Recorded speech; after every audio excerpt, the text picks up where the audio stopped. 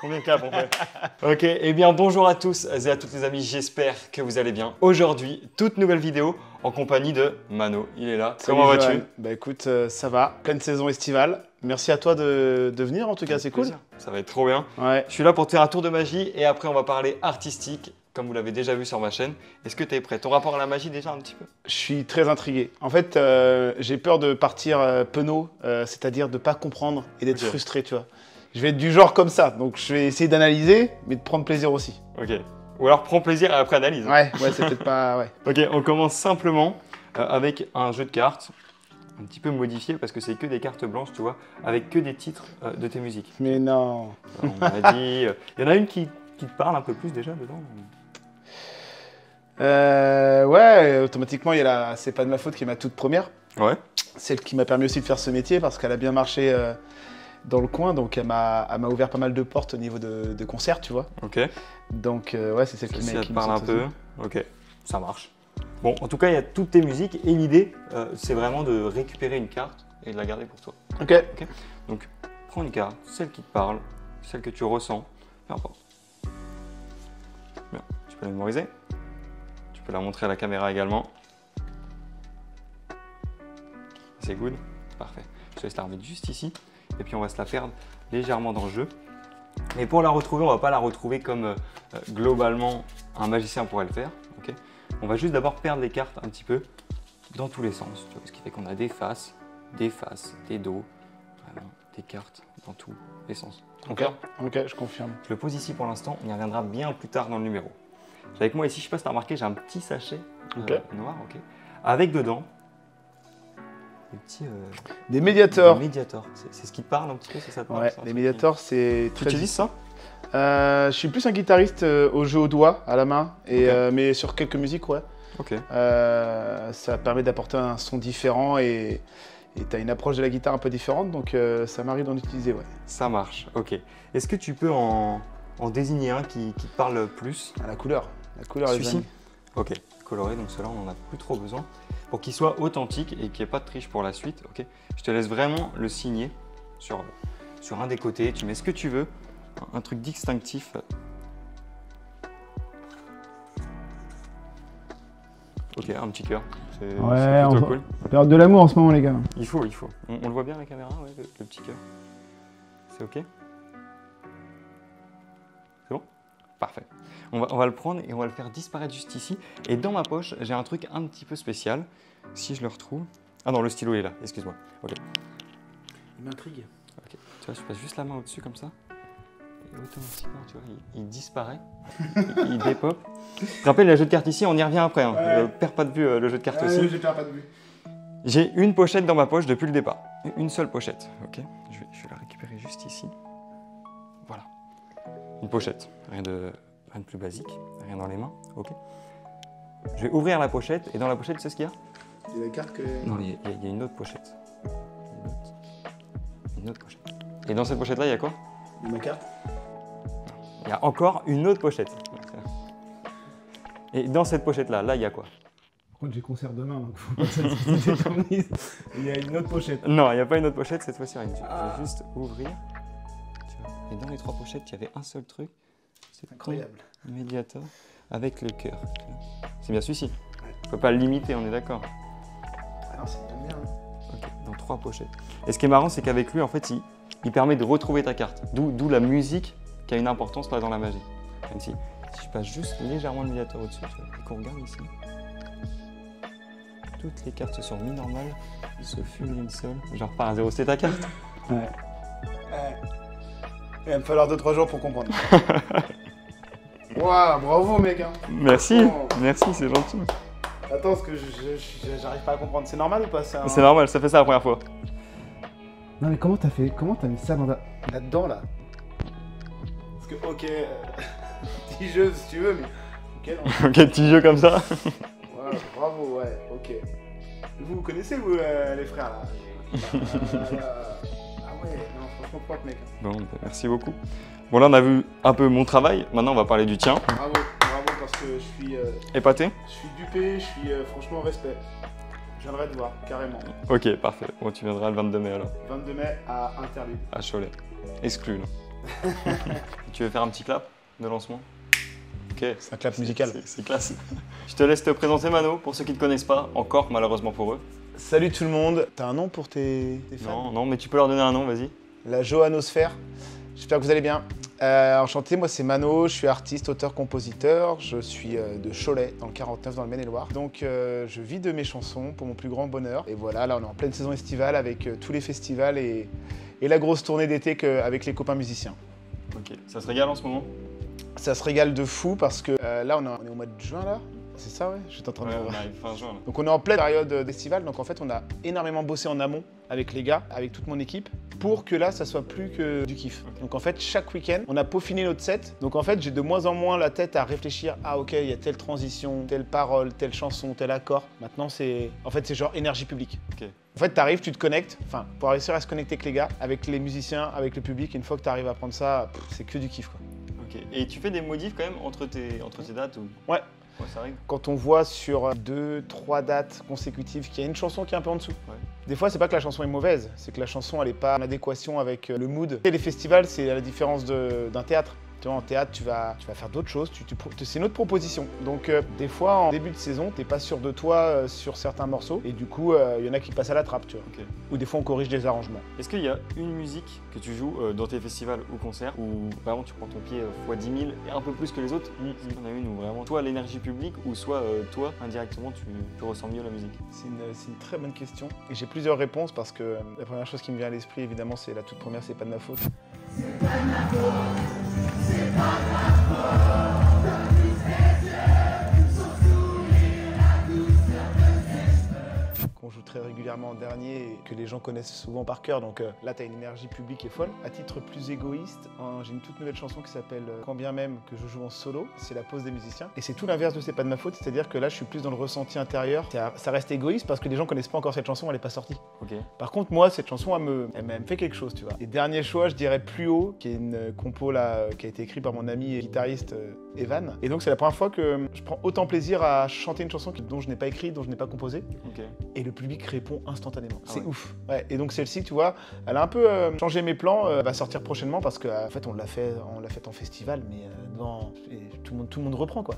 Okay. En fait ça accroche. Ouais, voilà. Donc pour te répondre plus simplement, moi dès qu'il y a une communion publique, évidemment je prends mon pied. La chanson Quand bien même, là elle est vraiment en ressenti artistique. Celle-là me fait quelque chose. Tu nous la ferais là? Ouais, je peux vous la faire maintenant. Comme ça parle à tout le monde.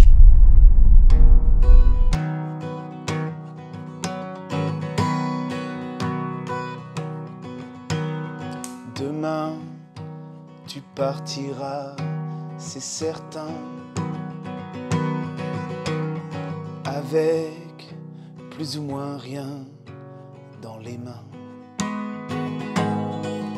Le cœur rempli de promesses, de larmes, de joie, d'ivresse, quelques coups de béguin, de vraie richesse.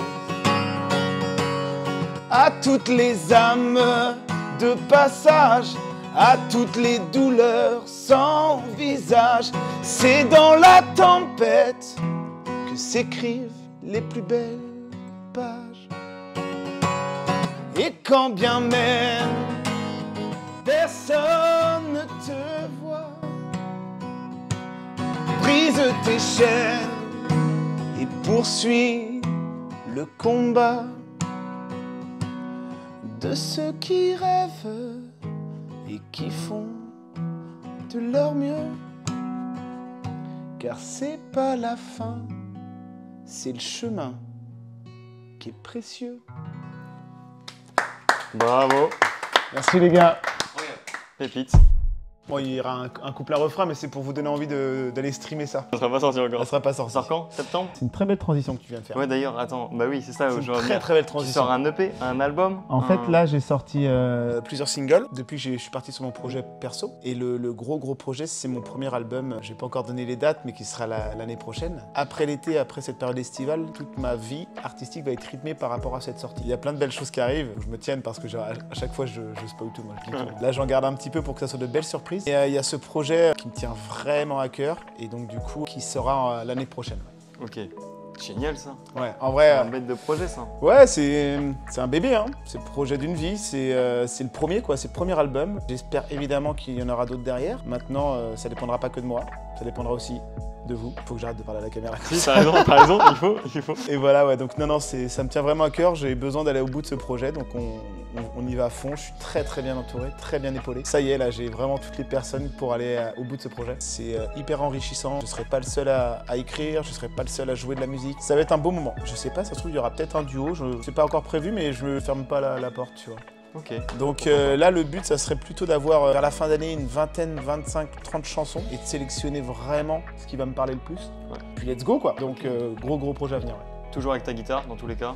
Toujours avec ma guitare, je me suis mis au piano récemment. La guitare, ça fait combien de temps que t'en fais? Une dizaine d'années, mais je me considère pas comme guitariste. La guitare, moi, je l'ai appris rapidement uniquement pour m'accompagner à chanter. Je voulais surtout chanter, et la guitare, du coup, pendant des années, je suis resté avec 4 accords magiques. Et en fait, j'avais pas cette ambition et ce désir d'approfondir la guitare. Là, évidemment, maintenant que c'est devenu mon métier, ça en fait partie. Mais je me considère pas comme guitariste. Et je connais des personnes, dont des musiciens dans mon groupe, qui sont largement meilleurs guitaristes que moi, quoi. Ok. C'est vraiment un truc pour t'accompagner. Ouais. Parce que la musique, t'as commencé à chanter techniquement quand? Quand j'avais 18 ans, je crois que j'ai vu un copain faire de la guitare. Et du coup, j'ai dit, ah, comment ça se fait que toutes les filles, elles regardent comme ça?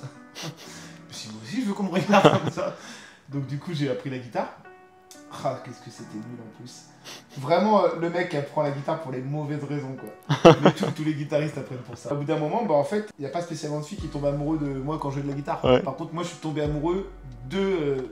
Du fait de jouer de la guitare. De jouer, tu vois. Ok. Du coup, là, j'ai commencé à kiffer. Et puis, rapidement, j'avais envie je sais pas, d'écrire une chanson, de dire ce que je pensais. Et puis, j'ai écrit C'est pas de ma faute, et mon tout premier single. Et je l'ai fait en soirée avec des copains, qu'on dit, ah, c'est pas mal, etc. Et puis après, je l'ai fait à des soirées, un anniversaire, un mariage, tu vois. Puis ça commence, ah, tu devrais l'enregistrer.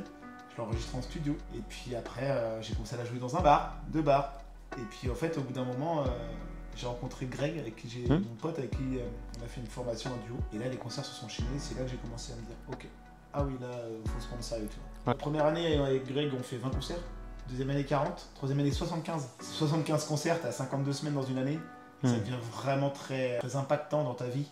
Tu peux plus considérer ça comme une simple passion, tu vois. Ouais. Donc là, il y avait le choix à faire, quoi. Et d'ailleurs, maintenant, tu travailles plus avec Greg. C'est un choix commun ou c'est toi qui as décidé de partir un peu en solo? Non, c'est tout à fait commun. Le Grégos, on est toujours en très bons termes. Je le précise à chaque fois parce que je me dis... Ouais. Oui, il y en a, les gens se posent la question. Grosse frite. C'est 2 chemins différents. Pas une bonne réponse, il fallait juste s'écouter soi-même. Et on est arrivé à une discussion parce qu'à 75 concerts à l'année, ta vie perso, ta vie de famille est différente. T'as plus de week-end en fait. Oui. Tu vois. Et en plus, à cette époque-là, on avait notre boulot la semaine. En plus, ouais, parce que du coup, tu avais un emploi à côté. C'est ça. Ok. Donc en fait, imagine, on bossait la semaine comme tout le monde. Et le week-end, on partait le vendredi soir, samedi soir, dimanche soir. Bah en fait, lui, Greg, il n'avait pas spécialement envie de s'orienter dans ce milieu professionnel. Et il voulait il avait d'autres envies, d'autres chemins à prendre. Moi, je voulais continuer. Ouais. Donc en fait, c'est là qu'on a arrêté, mais on est resté en très bons termes. Ouais, carrément.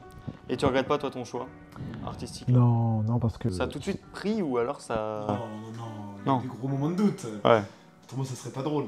Non, il y a eu des gros moments compliqués. Tu connais ça aussi dans ton domaine, c'est qu'on a les métiers de passion, je pense que ça se résume aussi à des métiers de doute. Ce qui fait que tu tiens, c'est que la passion, elle est forte. Et que t'as l'appel, t'as le cri du cœur, tu peux pas contrôler. Moi, entre guillemets, au tout début, quand je me suis lancé en solo, il y a eu des soirs, je me suis dit, ah, j'aurais aimé avoir cette voix raisonnable qui me dit, hey, regarde ça en passion, c'est cool. Ouais. Tranquille, va continuer un travail, c'est beaucoup plus serein, stable, voilà. Et au bout d'un moment, tu peux pas, c'est plus fort que toi. Donc le transfert était compliqué parce que moi, j'avais toujours été salarié dans des entreprises où tout est bien cadré, tout est pris en main. Du jour au lendemain, tu es face à toi-même, tu dois tout changer. L'intermittent, je connaissais pas. En plus, je faisais de la musique avec mon pote depuis 2-3 ans. Là, je rencontre des musiciens que je connais pas. Voilà, le transfert a été très tendu entre jouer avec des musiciens que tu connais pas. Moi, j'avais jamais vraiment joué avec un batteur, avec tout ça, tu vois. Et puis passer du monde dans le monde de l'intermittence, le saut, il était violent. Mais tu vois, c'est marrant parce que là, je sors actuellement, ça sera le 11 juillet, je sors une nouvelle compo qui s'appelle Tu pars, qui résume un petit peu cette période-là. Juste quand j'arrêtais avec Greg et avant que je monte mon projet solo, j'ai eu la chance de partir à l'île de la Réunion. Ok. Et ce voyage, j'avais la tête qui allait exploser. Ce voyage, il m'a pris un virage où j'ai dit, je suis revenu en mode conquérant, tu vois. Ok. Et cette chanson s'appelle Tu pars et elle fait référence au fait que parfois partir, c'est pas négatif, tu vois. Au contraire, ça te permet de te retrouver. Et est-ce que le truc qui était le plus dur, c'était vraiment d'un coup, entre guillemets, de se retrouver seul, tu sais, et de se dire, bon là, faut que j'y aille? Ou est-ce que c'était plus comment je vais faire? Quel était vraiment le gros doute? Est-ce que c'était de se mettre une discipline aussi peut-être? Je sais pas. C'était de se prendre au sérieux. Parce qu'en fait, Ça, ouais. au tout début, tant que tu es amateur ou que tu fais ça pour la passion, tant que tu n'as pas officialisé la chose, ça reste de la passion. Quand il faut se prendre au sérieux, et même à titre individuel, hein, on se cache derrière ces excuses-là, tu vois. Au début, tu as plein de gens, oui, ça marchera pas, oui, en même temps, je me prends pas la tête, je prends pas ça au sérieux. Et au bout d'un moment, si, il faut dire, si, tu peux penser ce que tu veux, ça marchera peut-être pas, mais moi, je veux y aller, tu vois. Donc il y a ce virage à prendre où il faut assumer ses choix, etc. Les premiers concerts, évidemment, la transition, les gens viennent te voir, et puis le changement fait peur, donc les gens te disent, ah, je préférais quand c'était avec Greg. Donc là, c'est pareil, il faut être solide, il faut être ok avec ses valeurs et ses intentions. Tu sais pourquoi tu fais ça. Il y a des moments de doute, il faut être ok avec ça. Et puis ouais, c'était vraiment de se prendre au sérieux. Le fait de se prendre au sérieux, puis dans toute ma famille, dans mes bandes de potes, il n'y a personne qui est intermittent. C'est un mode de vie total, tout à fait à part. Quand eux ils bossent, moi je suis là chez moi en train de travailler aussi, mais et eux le week-end en famille, c'est là, c'est vraiment là où je suis au bureau, grosso modo, parce que je suis sur scène, tu vois. Bah ouais. Donc on a des modes de vie différents. Je rejoins sur le fait qu'aussi il fallait hiérarchiser un petit peu tout ça, avoir une structure. Quand tu as des horaires de bureau, ce que j'avais toujours fait, bah ok, tu te lèves à telle heure, tu sais où tu vas dans ton bureau, tu sais ce que tu as à faire. Quand tu es artiste, évidemment, tu as des choses à faire, mais des fois tu as des choses où tu te dis, qu'est-ce que je priorise? Ouais, c'est ça. Enfin, artiste, au final c'est entrepreneur, parce que moi je considère mon activité comme si j'avais créé, enfin c'est ma boîte, tu vois. Ouais, c'est ça. Enfin, tu vois ce que je veux dire, tu vis ça aussi, et c'est compliqué même pour la charge mentale, je sais pas toi ce que t'en penses, mais des fois tu te dis... Moi je trouve c'est quand tu sais il y a ce gros creux où soit cette semaine-là t'as pas de date, pas vraiment de travail à faire parce que tes devis ils sont faits, tes factures ils sont envoyés, tes tours, là t'en as pas de nouveaux qui sont arrivés, donc t'es là, t'as pas quoi travailler de nouveau, en vrai, et là hop d'un coup tu vas prendre ton tel, tu vas commencer à te perdre un peu, et après tu vas passer une heure, tu vas faire une merde, faut que je travaille, tu vois. Et est-ce que toi aussi t'as cette, donc du coup là tu viens de répondre à ma question, t'as cette petite voix qui te martèle, tu peux faire plus, tu devrais faire plus, tu vois, là t'es sur Facebook, tu es en train de scroller, non, va prendre ton téléphone, va... C'est ça, mais je pense qu'il y a un truc aussi, déjà il y a un truc pour moi qui est primordial, c'est de se convaincre soi-même que ce que tu fais c'est ton métier. Moi, j'ai mis, au début, quand j'ai arrêté, donc il y a 6-7 mois, c'est encore tout récent, j'avais du mal à me convaincre, tu vois, merci, et de me dire, c'est mon métier. Tu vois, moi, j'ai 18 ans, je suis magicien, tu vois. C'était vraiment le fait de se convaincre, donc je sais que j'avais le spectacle, donc ça me tenait un peu, tu sais, comme toi, tu vas voir avec ton album, ça te tient l'objectif, mais que ton projet est passé, là, petit creux, tu vois. Donc déjà, il y a la partie de se convaincre soi-même, et ouais, ce truc de se mettre une discipline. Parce que quand j'allais en cours, tu te lèves le matin, tu reviens, voilà. C'est clair. Mais quand tu te lèves le matin chez toi à 8h30, 9h, 10h, en fait ça peut varier. Tu t'es mis un planning? Maintenant j'ai une discipline un peu plus. Mais ça dépend des semaines. Il y a des semaines où je vais pas en avoir et je me dis, tu vois, pourquoi pas? Parce que tu as ça aussi, et je pense que tu ressens aussi, tu sais, quand tu veux créer une musique par exemple pour toi. Moi je dois par exemple créer un show. Tu te dis pas, tiens, jeudi de 14h à 16h je crée, tu vois. C'est impossible. Non, surtout la création, j'ai essayé de l'orienter et c'est compliqué. Et des fois, tu restes. Pour mon exemple, je me dis, allez, là, je me mets en mode créatif. Alors, tu mets des conditions pour essayer d'avoir l'inspiration. L'inspiration, c'est compliqué à forcer, tu vois. Donc, j'ai plus des périodes, on va dire, des périodes créatives, parce que j'ai ce besoin. Là, il y a 2 jours, là, je suis revenu de concert et j'ai une émotion qui est arrivée. Bam, j'ai pris ma guitare et là, j'ai écrit, tu vois. Donc, maintenant, je fonctionne beaucoup à l'instinct. C'est compliqué de suivre un petit peu son cœur, hein, de se faire confiance. Et pour moi, il y a un vrai challenge dans la vie, c'est de réussir à travailler dans quelque chose que tu aimes, peu importe le domaine, parce que ton travail va représenter, je sais pas, plus de 50% de ta vie en termes d'horaire, tu vois. C'est vrai.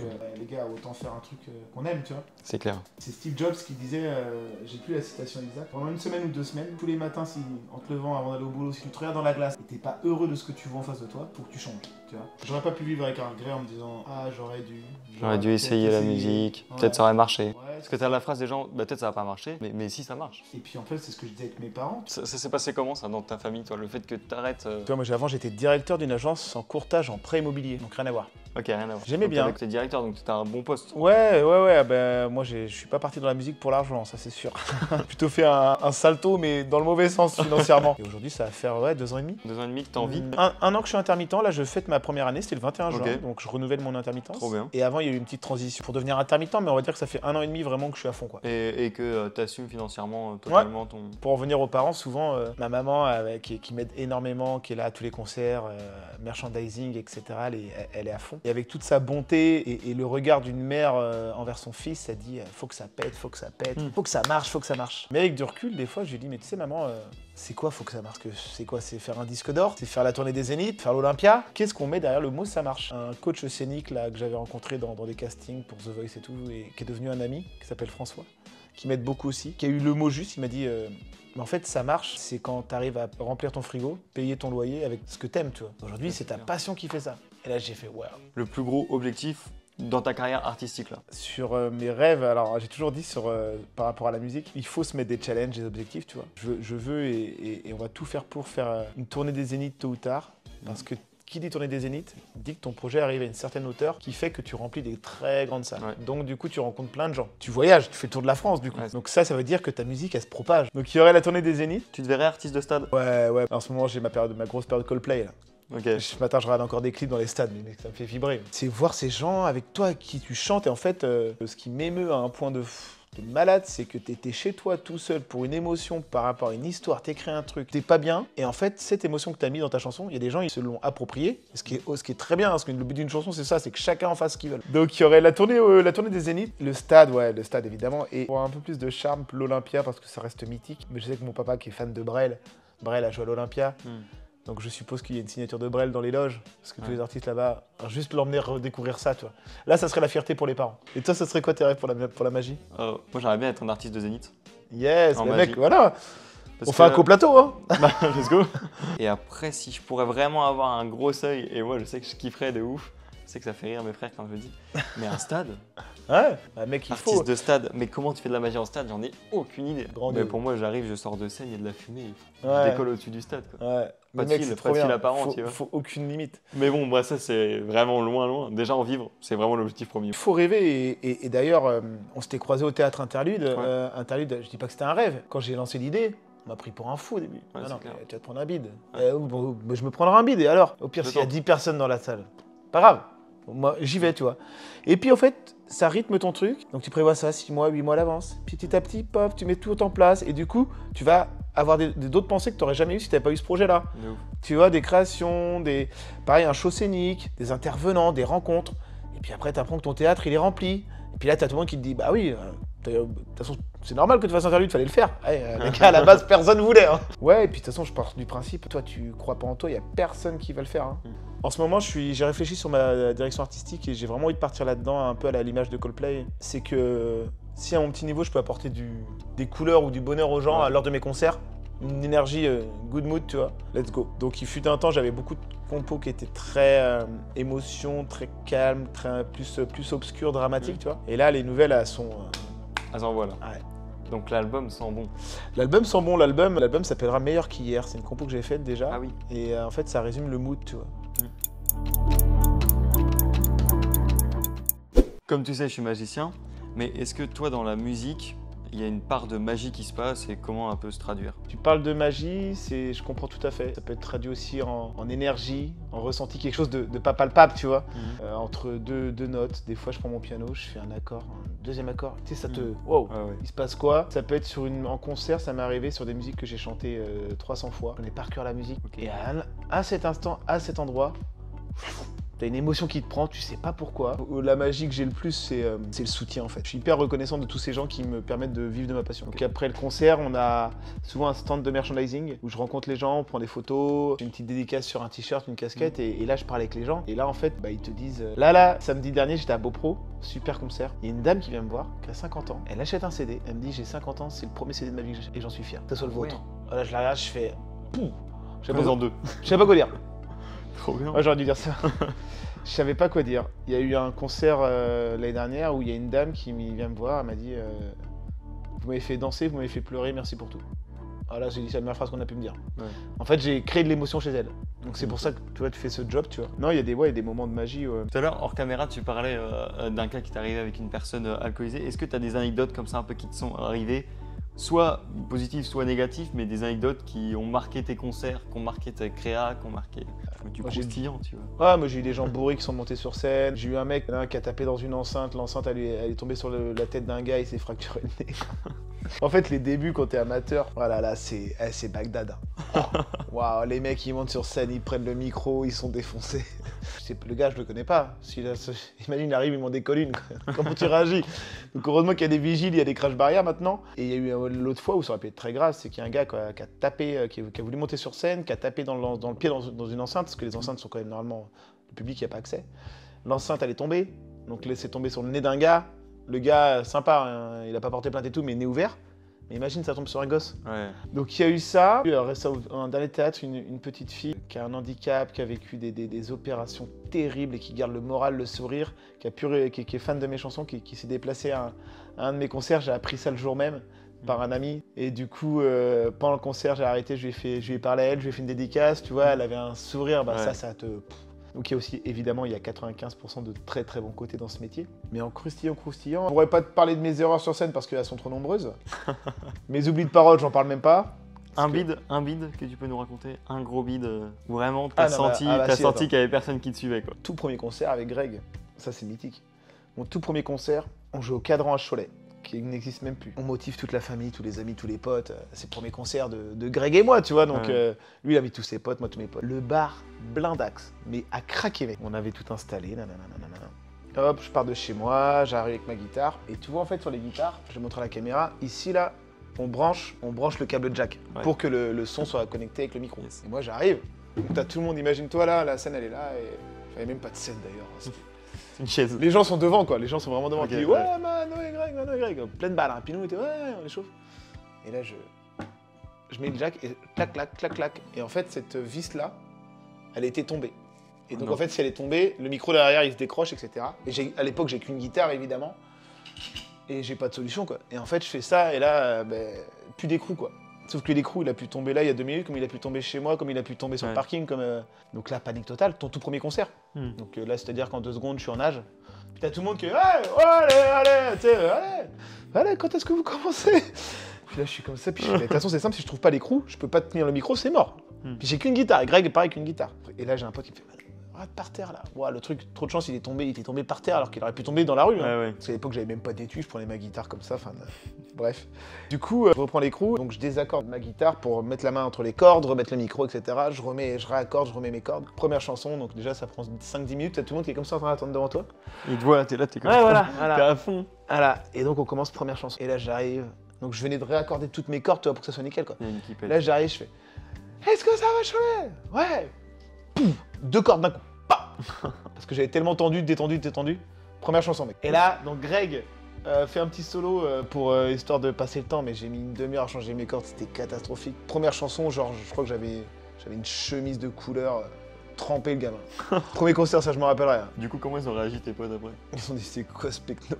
Et ton rapport à la magie par contre, en tant que magicien. Parce que t'es magicien, toi? Ouais, je suis magicien au cas où. La magie, j'ai un pote qui faisait de la magie comme ça pour rigoler, Romain, qui s'appelle Romain Delardo, qui était pas mal. Hein.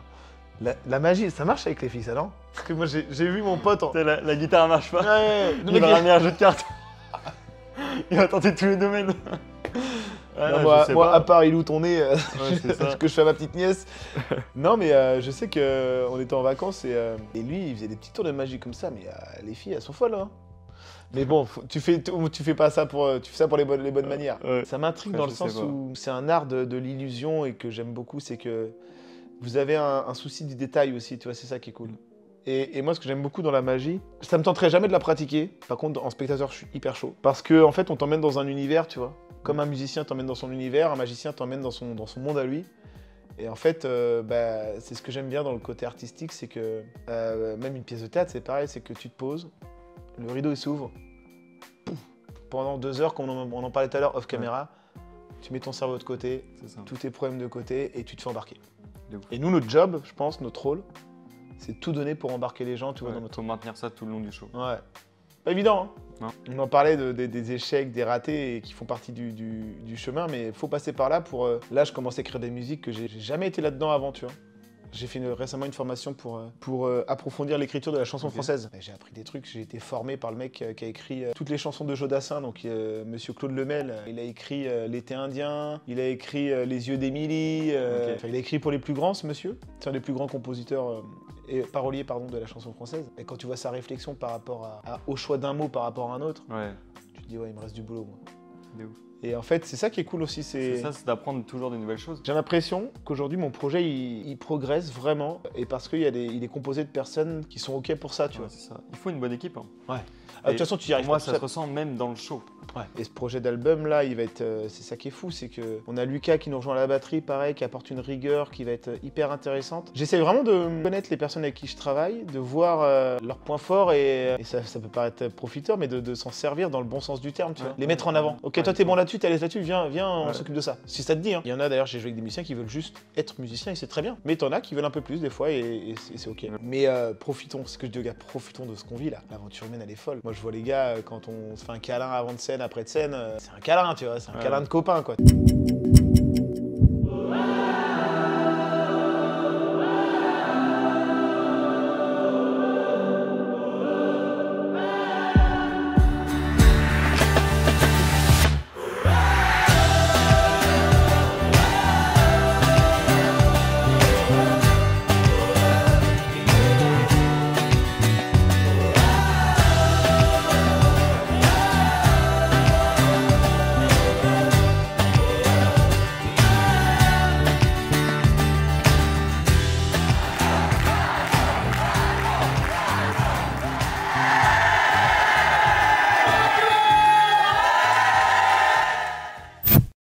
Ça conclut bien cette vidéo, je trouve. Ouais, faites-vous des câlins de copains. Faites-vous des câlins de copains. Les deux frères là derrière là. Est-ce que tu veux faire un dernier point niveau actu? Ça sortira du coup, je pense, max fin août, donc à partir de septembre. Donc là, il y aura un prochain single qui va sortir d'ici un mois. Enfin, bah, c'est vraiment à la fin de la vidéo. Ouais, ça, il y aura d'ici un mois la sortie du nouveau single de Quand bien même que j'ai joué tout à l'heure. Non, n'importe quoi. Je dis n'importe quoi. Ah, puis il y a plus de batterie, ok. Il y aura la sortie de Plus haut, la chanson que je t'ai évoquée tout à l'heure. Donc il sortira d'ici un mois avec un clip live. Okay. Donc on bosse dessus avec les gars. Et puis toutes les dates à venir, quoi. Je mets tout sur les réseaux, Mano Music. Ok. N'hésitez pas à vous abonner si tout est en ça vous a description. plu. De toute façon, YouTube, Instagram. YouTube, Insta, Facebook, tout. TikTok, ouais. Et puis moi je tiens à te remercier, Johan. Merci pour l'accueil. Pour le tour, j'étais... Merci à toi, on était chez toi. Ouais, c'est vrai. Merci pour l'accueil dans ton podcast, on va dire. Okay. Et bravo pour tes rêves, bravo pour ce que tu lances, surtout à ton âge et ta passion. Et je serai le premier à venir te soutenir, franchement. Merci en tout cas pour l'invitation. Merci pour l'acceptation aussi pour tourner... Ça se dit acceptation? Pas sûr. Merci d'avoir accepté de tourner la vidéo. Ça peut le garder. Bah, au 22 mai. Si tu veux venir le 22 mai à Interlude. Rendez-vous au 22 mai à Interlude, voir Johan, ça va être incroyable. Moi, il m'a épaté sur le tour, donc il n'y a plus qu'à. Avec plaisir, merci. Et si tu veux en faire une ou deux à faire gagner sur les réseaux, carrément. Au moment de la sortie de la vidéo, ça peut être cool. Ouais, carrément. Voilà, ok. Donc rendez-vous sur Instagram pour récupérer ça. Abonnez-vous. Allez, abonnez-vous. Salut tout le monde. Ciao. Ciao, ciao.